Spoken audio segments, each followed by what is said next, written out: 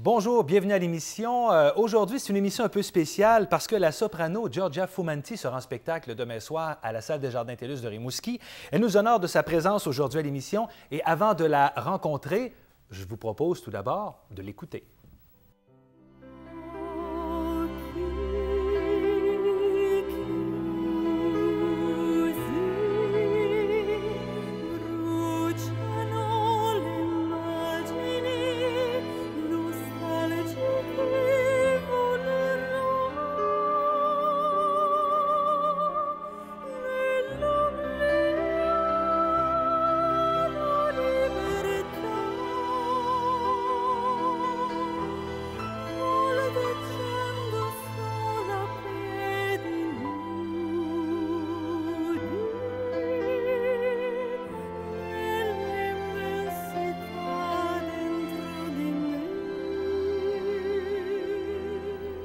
C'est donc avec grand plaisir que nous recevons Giorgia Fumanti. Bonjour, Giorgia. Bonjour.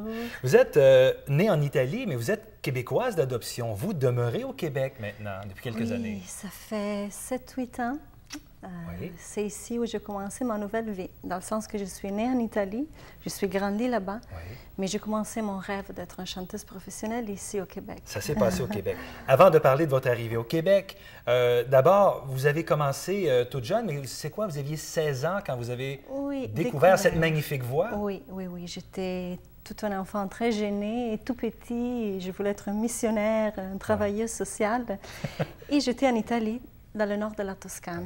Et j'ai entendu que le chœur il avait besoin de nouvelles présences. Alors j'ai dit, OK, je vais aller dans le chœur, juste pour être, je me cache en arrière avec plusieurs d'autres. Et cette soirée, j'ai découvert que j'avais cette voix de soprano naturelle cachée, qu'il voulait monter en haut dans les aigus.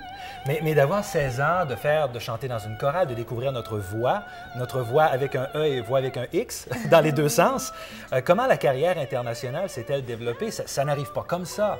Il y a eu certains concours de circonstances quand même. Oui, bien sûr, beaucoup d'épreuves.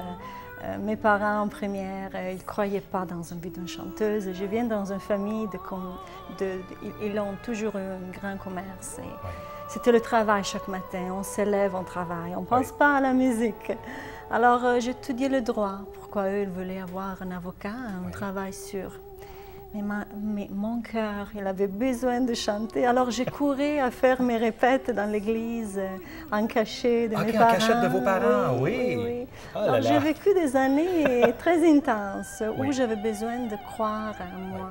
En plus, j'avais cette voix classique, mais je ne voulais pas chanter de l'opéra. Je voulais être libre de chanter tout. J'adore Barbra Streisand, Céline Dion, Enya. Alors, j'adore toute la belle musique. Donc, vous ne vouliez pas vous limiter au répertoire lyrique, au répertoire classique. Oui, mais je voulais quand même respecter ma voix et mon son. Je ne pouvais pas chanter comme ça, juste pour quoi ça peut marcher.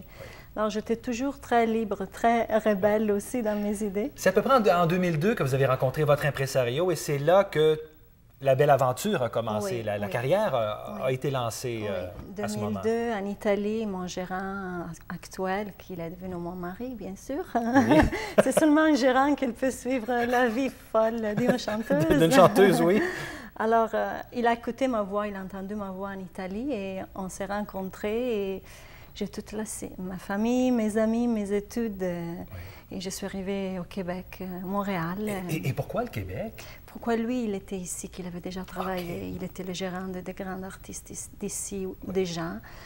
Alors, je suis arrivée ici, je ne savais même pas, je pense que je savais 2 mots de français.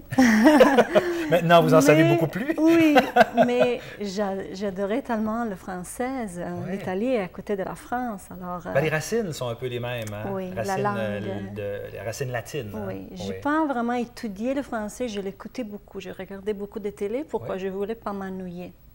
Je ne voulais pas aller dans une école et m'ennuyer de le français, c'était trop beau pour l'apprendre dans un livre. Je voulais le goûter à travers les chansons et tout ça. J'ai fait de mon mieux, mais la carrière, elle nous a amené beaucoup à l'étranger. Et même si vous voyagez partout à travers le monde, on parle de différents pays. Vous êtes très populaire en Asie, vous avez chanté en Europe. votre terre, votre point d'ancrage, c'est toujours le Québec. Oui, oui. On a une maison dans les Laurentides. Oui. C'est mon œuvre de paix. Et ma fille, qui a 26 mois, elle est née ici.